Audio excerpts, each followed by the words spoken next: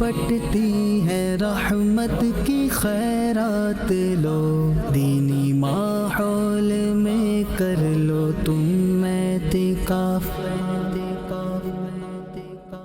آج کے ایپیسوڈ میں عاشقان رسول جو آخری عشرے اعتکاف میں آ چکے ہیں، اور اس وقت فیضان مدینہ میں اس قدر رش لگ چکا ہے، پورا فیضان مدینہ پیک ہو چکا ہے، سری سر نظر آ رہے ہیں۔ الحمدللہ عبادت الہی میں لوگ مصروف ہیں، صلاۃ و تسبیح پڑھ رہے ہیں، قرآن سیکھ رہے ہیں، نماز سیکھ رہے ہیں۔ کتنے نوجوان ایسے یہاں مل رہے ہیں جنہوں نے چہروں پہ داڑیاں سجا لی ہیں، سروں پہ اماموں کے تاج سجا لیے ہیں، اور دین کے احکام کو سکھایا ہمارے معلمین کے ذریعے یہاں سکھایا جا رہا ہے۔ آج کے ایپیسوڈ میں انشاءاللہ فیضان مدینہ میں آج کا شیڈول کس انداز سے گزرا، اس کی اپڈیٹ آپ کو دی جائے گی۔ صلو علی الحبیب صلی اللہ تعالی علی محمد۔ رمضان الکریم رمضان الکریم رمضان الکریم رمضان الکریم۔ پیارے اسلامی بھائیوں اور مدنی چینل کے ناظرین، ایک ماہ کے اعتکاف کی تو الحمدللہ ہم نے اپڈیٹ آپ کو دی۔ اب آخری عشرہ شروع ہو چکا ہے، اور آخری عشرے میں بھی ہزاروں عاشقان رسول جو ہیں وہ کراچی فیضان مدینہ میں پہنچ گئے ہیں، اور صرف کراچی میں نہیں بلکہ ملک بھر میں الحمدللہ سینکڑوں مقامات پر آخری عشرے کا اعتکاف جاری و ساری ہے۔ اور 10 دن یہ آخری عشرے کا جو اعتکاف ہے، جب مرکز میں آتے ہیں تو ان کی انٹری ہوتی ہے، کارڈ بنتے ہیں، ان کے فارم بھرے جاتے ہیں، تصدیق ہوتی ہے۔ آئیے ہم ان کے ذمہ دار سے پوچھتے ہیں کہ آخری عشرے یعنی 10 دن کے اعتکاف کی اب تک کی کیا پوزیشن ہے، اب تک انہوں نے اس کی کیا جو ہے وہ تیاریاں مکمل کر لی ہیں۔ اچھا امتیاز بھائی، اس وقت فیضان مدینہ میں بہت رش ہے، اور اوپر بھی رش ہے، نیچے بھی رش ہے، تیسرے فلور پہ بھی بڑی تعداد ہے، اور یہاں پر ہم دیکھ رہے ہیں رش میں کہ کارڈ بن رہے ہیں ان کے، تو یہ کارڈ کا کیا پروسیجر ہے، ان کا کیا طریقہ ہے، شروع سے ہمیں تھوڑا بتائیں گے؟ جی الحمدللہ باپو، یہ فیضان امیر علیہ سنت ہے کہ اس ٹائم بھی کھینچے چلے آتے ہیں فیضان مدینہ کی طرف، اور ہمارا طریقہ کار یہ ہے کہ ایک لنک ہے جو ہم نے فارورڈ کیا ہے، اور ایک بار کوڈ ہے، اور ایک فارم بھی ہمارا آن لائن جو ہے اس ٹائم انٹری کرتے ہیں۔ انٹری کرنے کے بعد ذمہ دار کے پاس ان کا میسج جاتا ہے، میسج کے ذریعے ذمہ دار ان کو اپروو کر دیتے ہیں، پھر وہ اس ٹائم بھی یہاں پر آتے ہیں فیضان مدینہ میں، ان کو کمپیوٹر کے ذریعے ہم جو ہے اس ٹائم میں کچھ جو ہے سارا چیک کرتے ہیں معاملات اس کے، جیسے ایج کتنی ہے، کوئی بیماری وغیرہ تو نہیں ہے، کوئی اخلاقی اعتبار سے کوئی مسائل تو نہیں ہے، وہ سب چیک کرنے کے بعد پھر ان اس ٹائم بھائی کو ہم الحمد یہاں پر اپروو کر دیتے ہیں، ایک ٹوکن بنا کے دیتے ہیں، ان کا کارڈ بن جاتا ہے۔ اس طرح ہمارے 200 حلقے الحمدللہ فیضان مدینہ میں ہیں، ان 200 حلقوں میں یہ اس ٹائم بھی 30 کے حساب سے ایڈجسٹ ہو جاتے ہیں۔ ان کی تربیت کا سلسلہ ہوتا ہے، ان کے کھانے کا، ان کی سحری افطاری، امیر رسول کی بارگاہ میں حاضری، جانشین سے ملاقات، یہ سب سلسلہ اسی کے ذریعے ہوتا ہے۔ اتنا رش لگا ہوا ہے، ابھی میں دیکھ رہا ہوں کارڈ بنانے کے معاملات میں، تو جو پہلی بار آتے ہیں ان کو پریشانی بھی ہوتی ہوگی، پتہ نہیں ہوتا ہوگا بعضوں کو، تو اس کے لیے آپ کیا کہنا چاہیں گے؟ اس کے لیے ہم نے ایک آسانی یہ کی ہے، جیسے لنک کا جو معاملہ ہے نا، یہ موبائل یوزر لوگ جو ہوتے ہیں، جو موبائل یوز کرتے ہیں، انہی کے لیے ہوتا ہے، لیکن ہم نے اوپر والنٹر اس ٹائم پہ اپنے بٹھائے ہوئے ہیں، جو جس کو موبائل میں یوز کرنا نہیں آتا یا لنک چلانا نہیں آتا، نیٹ نہیں ہوتا، تو وہ والنٹر اس ٹائم پہ ان کی انٹری کرتے ہیں۔ انٹری کرنے کے بعد، سبمٹ کرنے کے بعد پھر وہ نیچے آ کر ان کے لیے آسانی ہو جاتی ہے۔ باقی رش وغیرہ، لائن میں لگنا، اور یہ ساری تو سمجھ لیں کہ حج عمرہ کی تیاری ایک طرح سے ہو جاتی ہے کہ وہاں بھی لائنوں میں لگنا پڑتا ہے۔ اب امیر رسول کے پاس اندر حاضری دینے کے لیے جانا ہے، وہاں بھی لائن میں لگنا پڑے گا، جانشین کی ملاقات، وہاں بھی لائن، وضو خانے میں لائن، ہر جگہ لائن تو لگنا پڑے گا۔ یہ ان کا ایک طرح سے پریکٹس ہو جاتی ہے۔ باقی کسی کو اگر غصہ بھی آتا ہے تو ہم یہی باتیں کر کے ان کا ذہن تھوڑا سا بتا دیتے ہیں کہ بھئی آپ کو لائن میں تو لگنا پڑے گا ہر جگہ۔ اچھا، جو پہلی بار آتا ہے فیضان مدینہ میں، تو آپ اس کو خیر سیٹسفائی کرتے ہیں، کیونکہ اصول سب کے لیے ایک ہی بنے ہوئے یہاں پر، تو ناظرین کو کوئی میسج دینا چاہیں جو یہاں آنا چاہیں آخری عشرے میں، اب تو ظاہر نہیں ہے لیکن کبھی بھی آئندہ کبھی ہو، تو وہ کیا کیا چیزیں لے کر آئیں؟ جو شرائط ہیں اس پر، جیسے NIC شناختی کارڈ ساتھ ہو، اب شناختی کارڈ اگر کسی کا نہیں بنا تو بے فارم ساتھ ہو، اسی طرح علاقے کے جو ذمہ داران ہیں ان کی اپروول جو ہم نے بتایا لنک کے ذریعے وہ ساتھ ہو، اور اسی کے ساتھ ساتھ ایج کا جو ہے ہمارے ہاں 18 سال سے کم نہ ہو اور 50 سال سے زیادہ نہ ہو۔ 50 سال سے 1-2 سال 3 سال چل جاتا ہے، زیادہ ہو تو پھر وہ بیماری کے دیگر معاملات ہوتے ہیں، تو اس لیے ہم اس پر تھوڑا سا کنٹرول کرتے ہیں۔ ماشاءاللہ انہوں نے بہت زبردست انداز سے ہمیں آخری عشرے یعنی آخری 10 دن کے حوالے سے اپڈیٹ دی۔ اللہ نے کرم ایسا کیا تجھ پہ جہاں میں، اے دعوت اسلامی تیری دھوم مچی ہے۔ آئیے آپ کو مناظر دکھاتے ہیں کس طرح کارڈ بن رہے ہیں، تصدیق کا عمل ہو رہا ہے۔ رمضان الکریم رمضان الکریم رمضان الکریم رمضان الکریم الحمدللہ آخری عشرے کے اعتکاف کے لیے فیضان مدینہ میں آپ دیکھ رہے ہیں سری سر نظر آ رہے ہیں، دھوم مچی ہوئی ہے الحمدللہ، خوشی کا عالم بھی ہے اور اس کی فضیلت کو حاصل کرنے کے لیے اعتکاف کی یہ لوگ جمع ہوئے ہیں مختلف شہروں سے، پاکستان کے مختلف علاقوں سے عاشقان رسول پہنچنا شروع ہو گئے۔ ہمارے ساتھ اعجاز بھائی ہیں تو جدول کو لیڈ کر رہے ہیں۔ اعجاز بھائی بتائیں آخری عشرے کے حوالے سے کیا بتانا چاہیں گے آپ؟ ماشاءاللہ الکریم، جیسے آپ نے فرمایا کہ پاکستان کے مختلف شہروں سے اسلامی بھائی عالمی مدنی مرکز کراچی میں پہنچ چکے ہیں۔ نہ صرف پاکستان بلکہ بیرون ملک سے بھی اسلامی بھائی الحمدللہ عالمی مدنی مرکز فیضان مدینہ میں آخری عشرے کے اعتکاف کے لیے تشریف لا چکے ہیں۔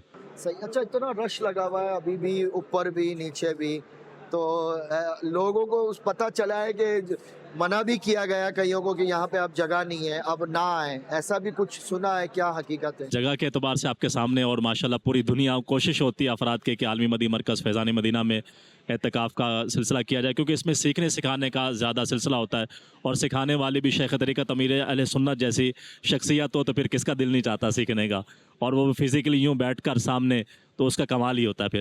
تو اس لیے الحمدللہ پاکستان بھر اور بیرون ملک سے لوگ تشریف لاتے ہیں، اور ہمارے جو ایک ہم نے رکھی تھی اس اعتبار سے زیادہ تعداد ہمارے پاس پہنچ چکی ہے۔ یعنی جو انتظامات جی ہاں، تھے، جو اس کے انتظامات تھے، اعتبار سے اور لوگ آ گئے۔ اور جی ہاں بالکل ایسے ہی۔ اچھا، تو ابھی کیسے پھر ان کا ہوگا؟ یہاں سولائیں گے کہاں، کھلائیں گے کہاں؟ اتنا بڑا سمندر آ گیا عوام جی کا۔ ہاں مینیج کریں گے انشاءاللہ الکریم۔ ہم نے کچھ سپیس رکھی تھی کہ اگر ایکسٹرا افراد آ جاتے ہیں تو ہم ان کو اس انداز سے مینیج کریں گے، تو اسی ہمارے فارمولے کے تحت انشاءاللہ الکریم ان کے سب کی ترکیب بنے اچھا، گی۔ اگر کبھی کوئی نئے اسلامی بھائی آتے ہیں، کوئی ان کو میسج دینا چاہیں جو بالکل پہلی بار آتے ہیں، وہ کوئی شناختی کارڈ نہیں لے کر آیا، کوئی فارم نہیں، کوئی نگران کا پتہ ہی نہیں، ان کے لیے کوئی میسج اگر؟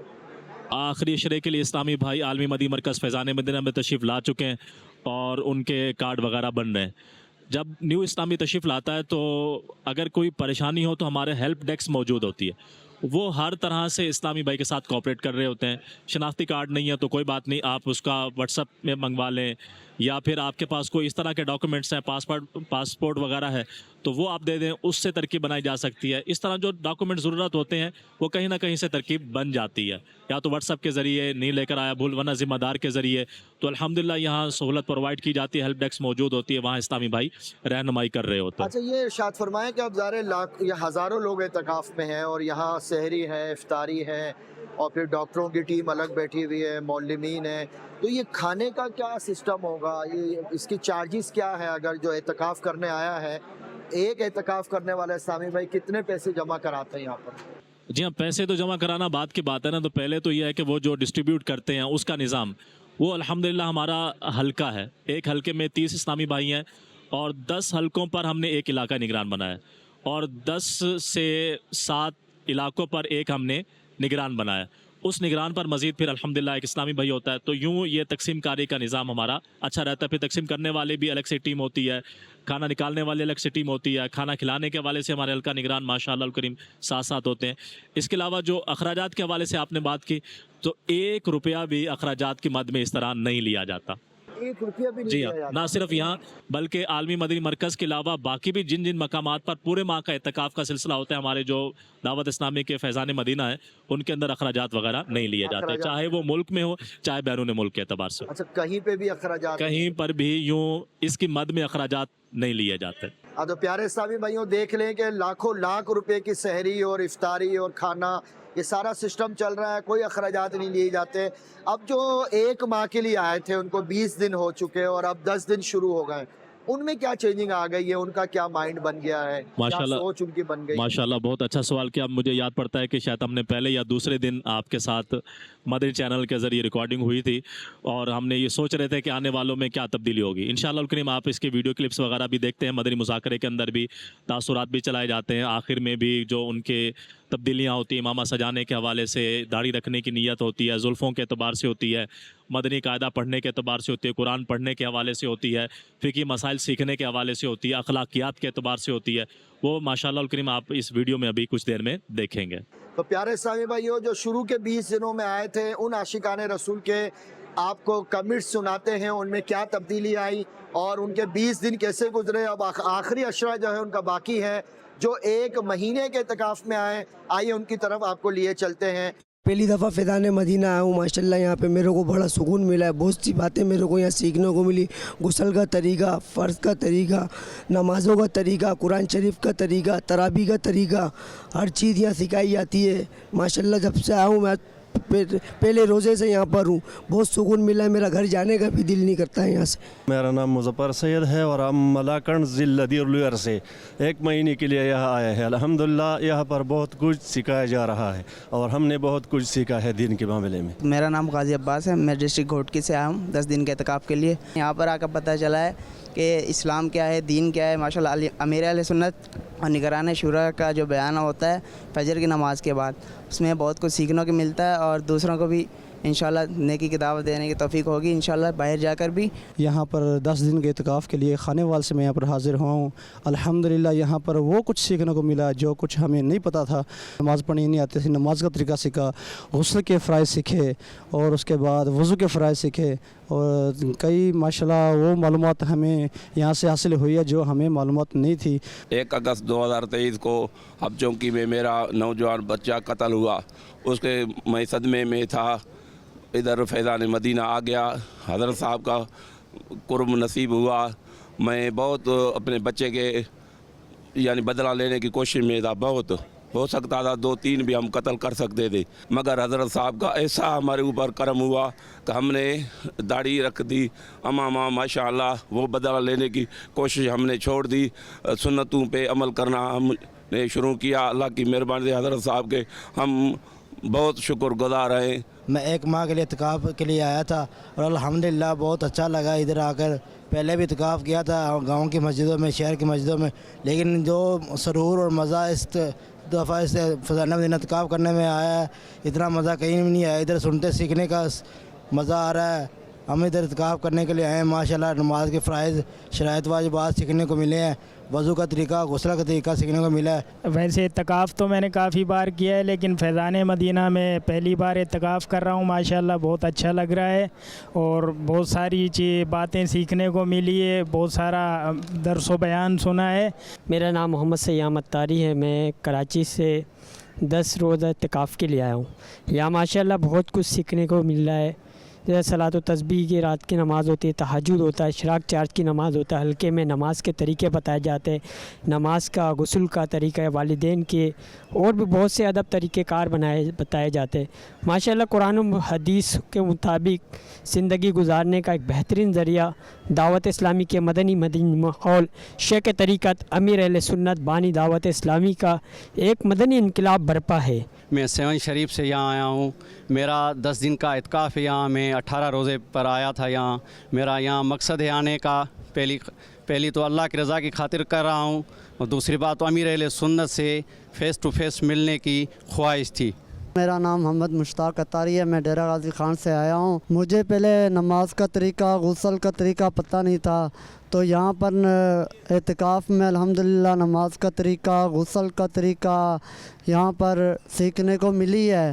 رمضان الکریم رمضان الکریم رمضان الکریم رمضان الکریم. صلو علی الحبیب صلی اللہ تعالی علی محمد. الحمدللہ عالمی مدنی مرکز کراچی فیضان مدینہ میں فجر کی نماز کے بعد اعتکاف والوں میں روزانہ ہی نگران شورا کا سنت و برا بیان ہوتا ہے اور اس کے بعد الحمدللہ امیر اہل سنت کی آمد ہوئی اور آپ نے مسجد کے 14 مدنی پھول یعنی مسجد کے آداب, اللہ کے گھر میں کس طرح ہم نے وقت گزارنا ہے وہ آپ کو آداب بھی سناتے ہیں. چلتے ہیں امیر اہل سنت کی طرف. صلو علی الحبیب صلی اللہ تعالی علی محمد صلی اللہ علیہ وسلم. مسجد ادب کی جگہ ہے کہ 14 حروف کی نسبت سے مسجد میں کی جانے والی غلطیوں کے متعلق 14 مدنی پھول, نماز و اعتکاف, تلاوت قرآن, درس و بیان اور محفل نعت وغیرہ عبادات کے ذریعے مسجدیں آباد رکھنا بے شک بڑے ثواب کا کام ہے. جس کام میں جتنا زیادہ ثواب ہوتا ہے اس میں شیطان اتنی زیادہ خرابیاں پیدا کرنے کی کوشش کرتا ہے.